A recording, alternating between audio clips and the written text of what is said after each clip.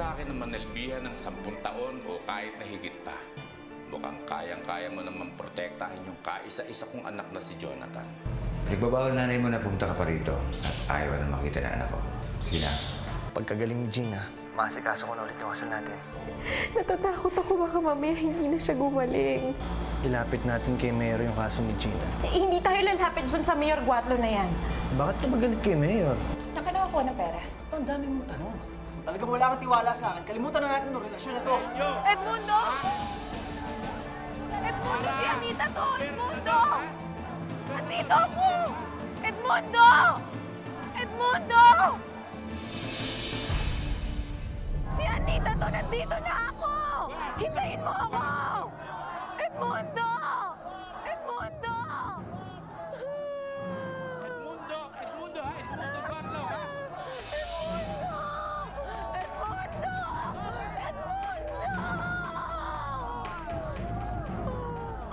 Edmundo, si Anita, nandito ako! Edmundo! Oh, si Rowena, oh!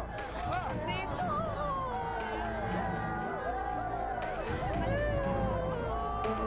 Edmundo, ha? Edmundo Guatlo.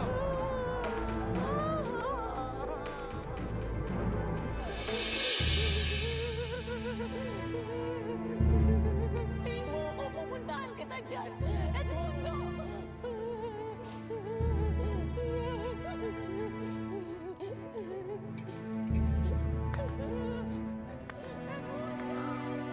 Sandali lang!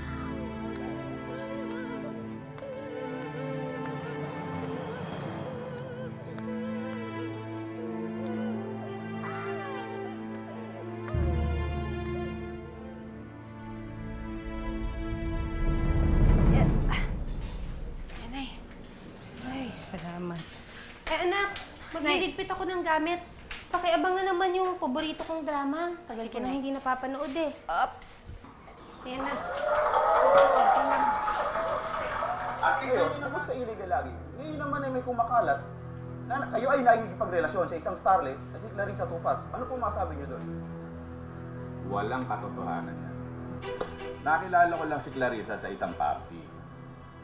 Isa siyang napakagandang babae. Hinangaan ko, pero bukod doon, wala na kaming ibang naging ugnayan. Bilang isang lalaki at may katungkulan, ganyan talaga eh. Pilit nang inilalapit sa akin ng tukso ng mga kalaban ko sa politika. Pero mahal ko ang aking asawa.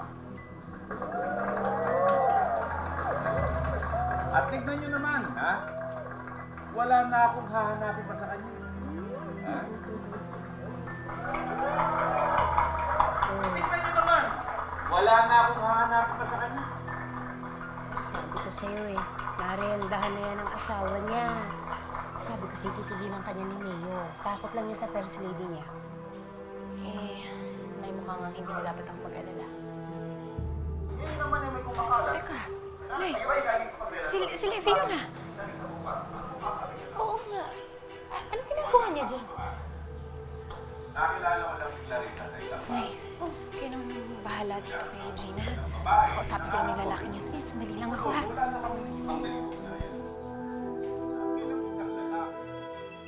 Magandang gabi po sa inyo lahat. Salamat din po sa inyong paghihintay. Nandito po ako ngayong gabi, hindi lang po para magpukol ng bato sa taong kalaban ko sa politika. Nandito po ako ngayong gabi para ipakita sa inyo ang tunay na pagkatao ng taong gusto niyong ihalal sa kapangyarihan. Bilang patunay na hindi imbento ang mga kwentong laban sa mayor ng San Felipe, nandito ang isang biktima ng kanyang kasakiman. Alam kong kilala niyo rin siya. Isang sikat na tao, artista, si Clarissa Tupas.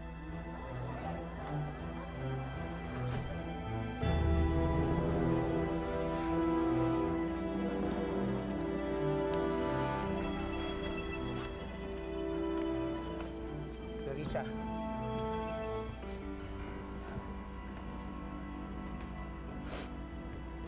Ako po si Clarissa Tupas.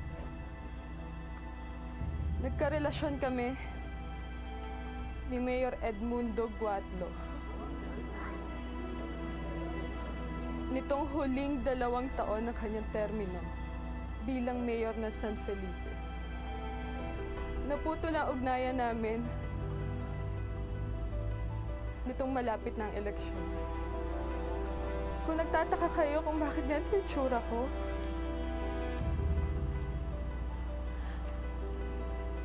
ito ay dahil sa isang araw, may mga masasamang taong pumasok sa bahay ko.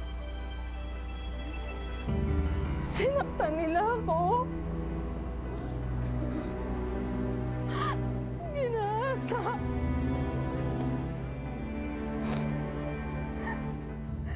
Hindi pa sila nasiyahan. Pinisakpan nila ang mata ko.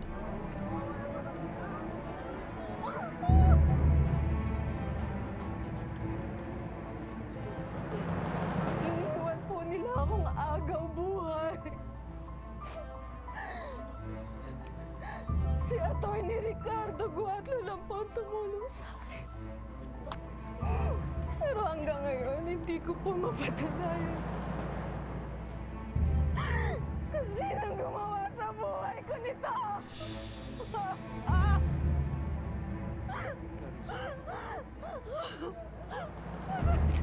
Pasensya na po.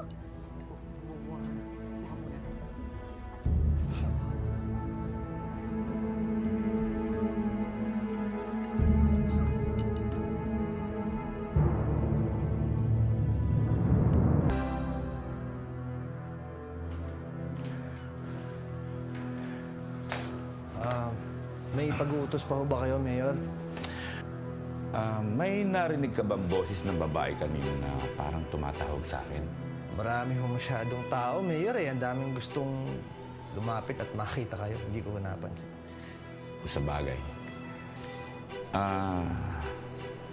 Sige. Libre ka na.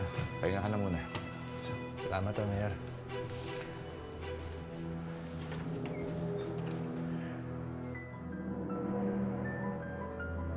Clarissa, tayo muna si Junjun. Babantayan kanya mabuti. Huwag kang matatakot sa kanya. Sige po. Well, mauna muna ako dahil meron pa akong meeting sa bayan eh. Jun, bahala ka na sa kanya. Opo, attorney. Sige po. Maraming salamat. You're welcome. Clarissa, sandali lang.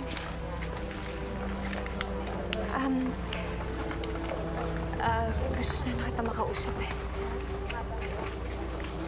Tungkol saan? Tungkol kay Mayor Guatlo. Bakit? Inaaswang ka din ba niya? Tipo ka niya.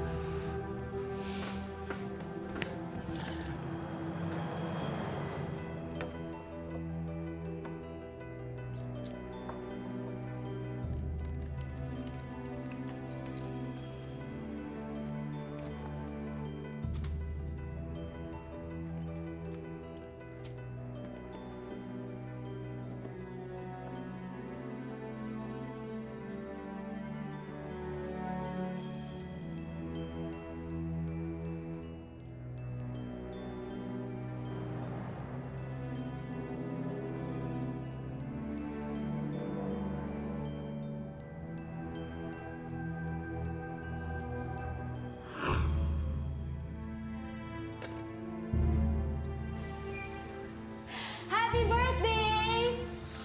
Thank you. Para sa'yo. Nako, ako pa ngayon na may regalo eh. Ikaw nga ito may birthday. Halika.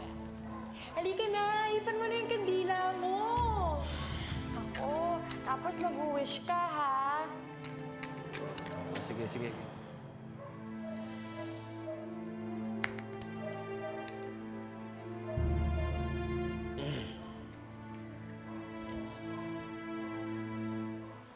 Yay! Happy birthday!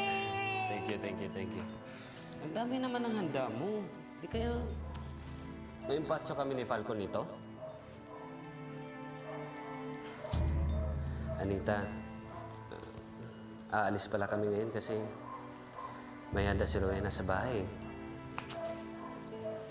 Ayos lang yun, pero dito na kayo kumain, ha? Sigurado naman mas masarap yung niluto ko kaysa sa pinakater niya. Alam ko na yun. Alam ko mas masarap yung luto mo. Falcon, kunin mo na kami ng picture. Sige na. Falcon, ayusin mo.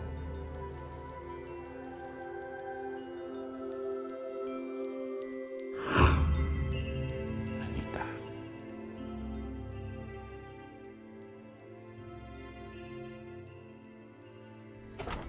Lola?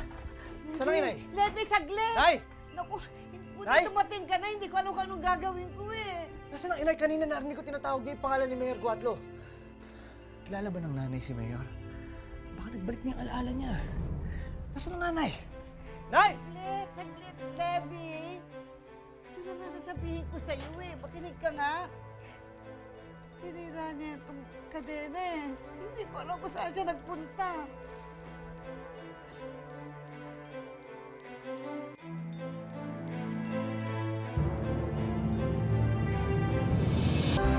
Hindi ko naman alam na magtatagal ako sa bayan. Kasi namili lang naman ako ng mga gamit natin dito. Tama na yan. Huwag mo kayo mag-alala. Hanapin ko ang nanay. Saan mo hanapin? Hindi nga natin alam kung saan yung pupunta. Hindi ko na alam. Mahanap din natin siya. Tama. Hirap na ako, hirap na ako. Mahanap natin yun.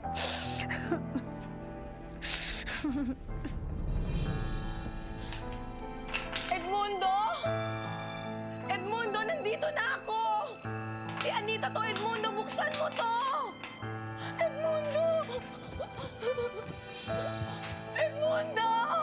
Edmundo! Nagmamakaawa ako sa'yo! Buksan mo na to!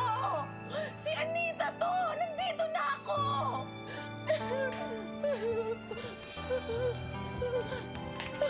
Edmundo!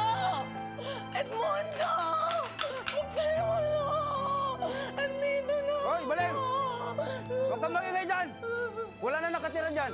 Umalis na! Hindi! Nandito si Edmundo! Sige na, umalis ka na! Edmundo! Bumulakaw ka lang, magigising kapitbahay! Edmundo! Sige na, umalis ka na! Andito na ako si Anita to, Edmundo! Sige na! Ayaw mo umalis? Buksan mo! Ha? Alis!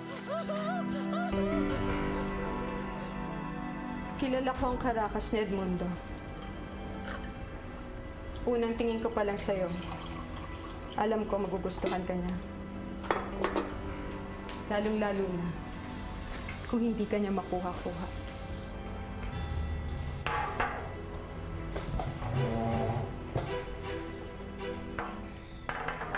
Ikaw, bakit ka pumayag?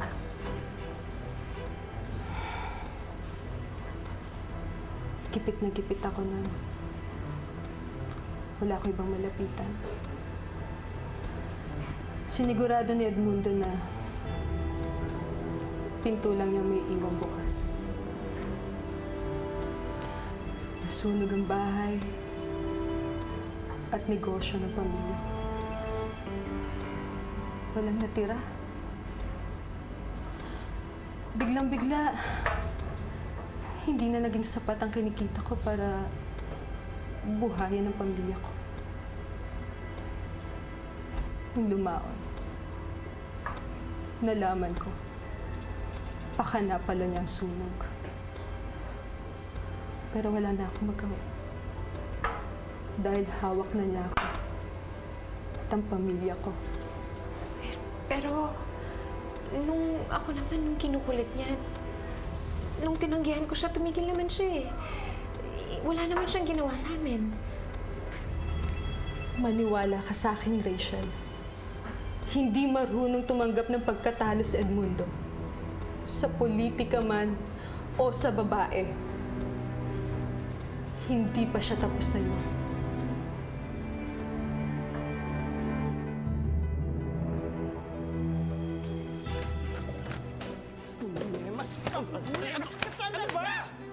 Sabi ko na nga ba, babae ang sisira sa lahat ng pinagpaguran ko sa eleksyon! Dahil sa kakatihan mo, Edmundo, yan masisira tayo! Ano naman na sinasabi mo? Sino naman bang babae yan? Ayan, basahin mo! Ayan! Mamayang gabi, yung babae yan, kasabay ng kapatid mo sa meeting de avance. At ipagkakalat niya sa buong San Felipe ang baho mo! Bakit nagkaganito ang mukha ni Carlisa? Ikaw may kagagawan, ano? Aba, oo! At bakit? Pakialam ko dyan sa babae mo. Pasalamat pa siya at humihinga pa siya hanggang ngayon. Ang dapat dyan patahimikin, Edmundo. Dahil kung hindi, masisira lahat ng plano natin. Alam mo, hindi mo dapat ginawa yan eh. Dahil lalo siya magwawala.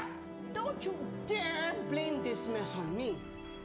Dahil hindi ako ang Makati at hindi mapakali sa pantalon. Ayusin mo ang sarili mo at ayusin mo yan, punyamas!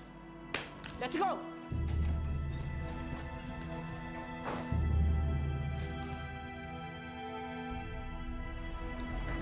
Mag-iingat ka, Rachel. Tandaan mo yung mga sinabi ko sa'yo. Maraming salamat, ha? Sige, mauna na ako. Rachel, may pakikiusap sana ako sa'yo. Ano yun? Tulungan mo ako, Rachel. Isiwalat natin sa bayang ito ang baho ni Edmundo. Makakatulong tayo sa iba. Sa iba pa niya pwedeng maging biktima. Paano?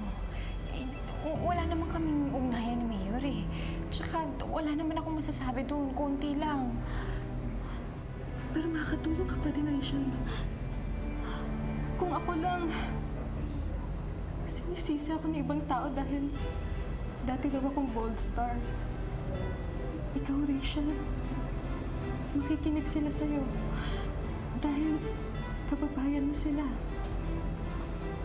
Pag-isipan mo man lang sana.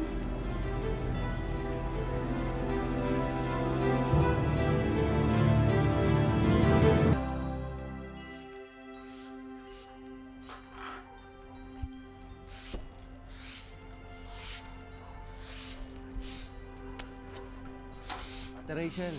Uy, alika, pasok ka. Pasok ka, tuloy ka.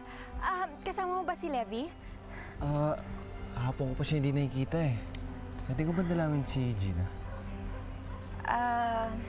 Jonathan, kasi medyo hindi maganda ang lagay ni Gina eh. Kahapon nga may mga kaklase siyang dumating, hindi niya hinarap eh. Ayaw niyang tumanggap muna ng mga bisita. Ate Rachel, baka pwedeng kahit sandali lang.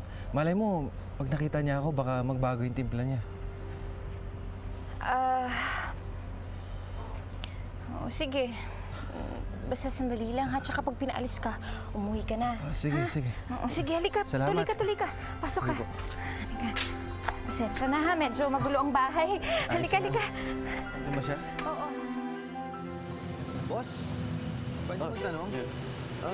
Baka napansin niyo napadaan dito yung nanay ko kasi hinahanap ko eh. Hindi pare. Wala ba? Sige, salamat na lang ha.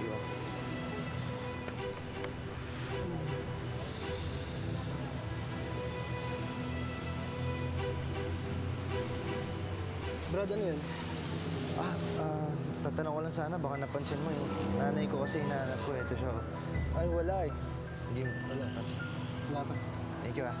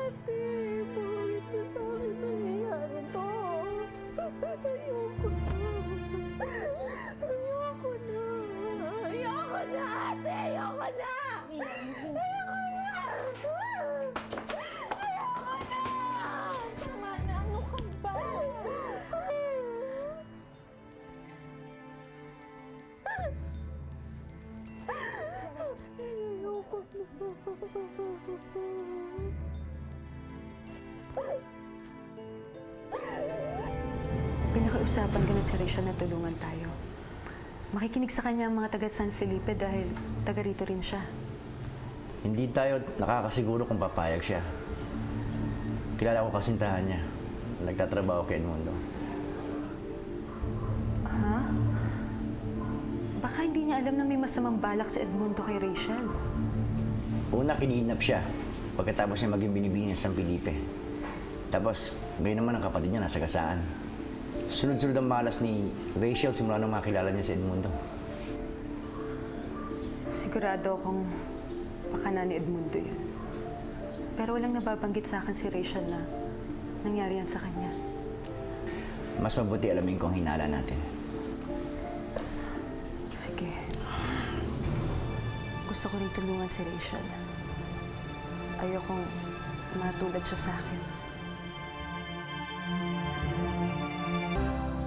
Sa dami ng ginawa ng mga bata mo sa babaeng yon, hindi niyo pa sinigurado na hindi na siya humihinga! Ano ba naman, Bonnie? Hindi tayo maaaring magkamali. Naintindihan mo ba? Mabuti na lang dating adik yung babaeng yon, kaya hindi lahat ng tao naniniwala sa sinasabi niya! Bigyan mo ba ako ng isa pang pagkakataon? Hindi na kita bibiguin. Hindi natin siya pwedeng galawin ngayon dahil tayo ang pagbibintangan. Kailangan mag-ingat tayo. Paano palang gagawin natin? Ay nako, ewan. Pag-iisipan ko pa. Manang, pwede kong magtanong? Oo, pwede. Hinahanap ko kasi yung nanay ko. Baka ako napansin yung dumaan dito. Ito siya. Si Anita? Ikaw na bang anak ni Anita? Kilala niyo yung nanay ko? Diyos ko, natuloy pa ng pagbubuntis niya. Oo, kilala ko nanay mo. Ano ang alam niyo tungkol sa kanya?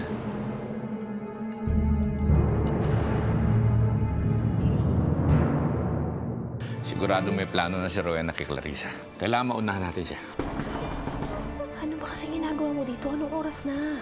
Gina, bigyan mo ako ng pagkakataon. Tulungan ka. Mahal kita. Mahal na mahal. Paano mo ako natuntun dito? Umalis na kayo sa San Felipe. Hahabulin niyo din ako, papatayin. Tapos na ang panahong tinatapatan ng pera niya ang bawat kilos ko. Kaya kita pinapunta rito para alamin kung talagang gagawin mo yung party mo dun sa pinag-usapan natin sa kontrata. Handa ho ako manilbihan sa inyo ng 10 taon. Patalingin mo yung taong yan.